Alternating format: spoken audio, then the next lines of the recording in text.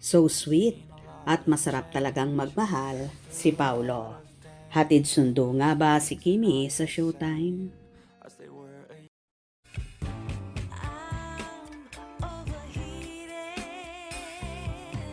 Can hardly sleep at night, doing crazy dreaming.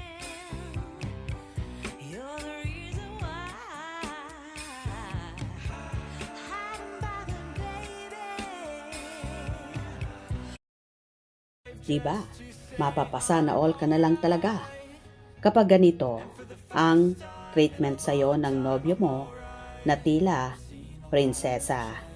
Ganito nga ang senaryo palagi ng rumored magkasintahan na sina Kim Chiu at Paolo Avellino. Nayon pa nga sa ilang source ay palagi nga daw hatid sundo ng aktor ang dalaga sa It's Showtime. Kaya naman maraming Kimpaw solid ang tuwang-tuwa. Sa mundo ng showbiz, hindi maiiwasan ang mga espekulasyon, chismis at mga opinyon ng iba't ibang tao. Ngunit sa kabila ng ingay ng paligid, may mga kilos na sadyang nagsasalita ng mas malakas kaysa anumang salita. Ito ang napatunayan kamakailan ng tinaguriang Kimpaw o ang tambalang Kim Chiu at Paolo Avellino matapos ng isang nakakakilig na kaganapan pagkatapos ng noontime show na It's Showtime.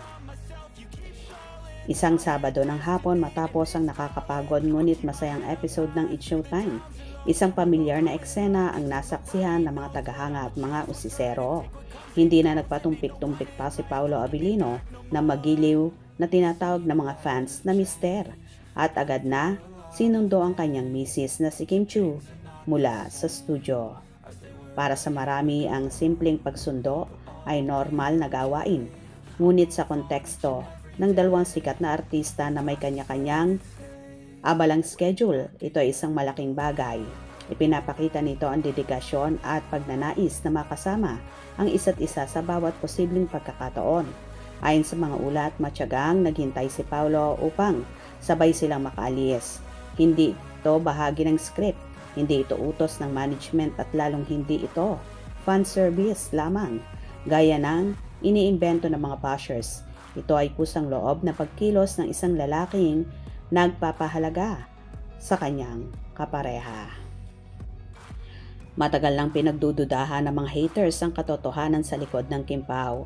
Kesyo, promo lang daw. Kesyo kailangan lang para sa ratings.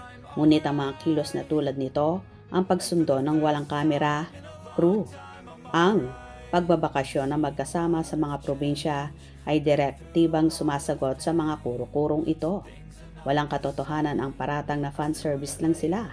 Ang nakikita ng publiko ay isang tunay na pagmamahalan na hindi kailangan pang ipagsigawan, kundi nararamdaman sa mga simpleng gawa sa gitna ng kanilang super busy na schedule kung saan sunod-sunod ang mga proyekto at endorsement.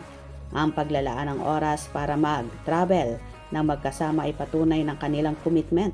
Sabi nga ng mga fans, actions speak louder than words, at ang action ni Paulo ay sumisigaw ng pagmamahal. Hindi makukumpleto ang kwento kung hindi babanggitin ang suporta ng mga tao sa paligid nila, lalo na si Mama Jet. Sa video nabanggit ang pagiging swerte ni Mama Jet at kung paano naging close ito kay Paulo. Ang pagkakaroon ng magandang relasyon sa pamilya ng bawat isa ay isang napakalaking senyales ng seryosong samahan. Lakas upang dedmahin ang mga negatibong komento at mag-focus sa kung ano ang totoo at nagpapasaya sa kanila. Para sa mga solid na taga-suporta, ang kaganapang ito ay isang regalo. Ang makita ang kanilang idolo na masaya, inaalagaan at minamahal ay sapat na. Ang mensahe ay malinaw, stay strong Kim and Pao. Hayaan na lamang ang mga sasabihin ng iba. Ang mahalaga ay kung ano ang mayroon kayo ngayon. Sa kabilang banda, para sa mga hindi matanggap ang katotohanan, ang payo ay simple lamang, dikit na lang kung inggit. Hindi na mabubura ng anumang paninira ang saya na nakikita sa mga mata ni Kim at ang effort na ibinibigay ni Paulo. Sa huli, ang pag-ibig, lalo na ang pag-ibig na totoo at tapat, ang laging mananaig. O diba? Napakasarap magmahal ng isang Paolo Abilino at talaga namang alagang-alaga si Chinita Princess. Hope you enjoyed.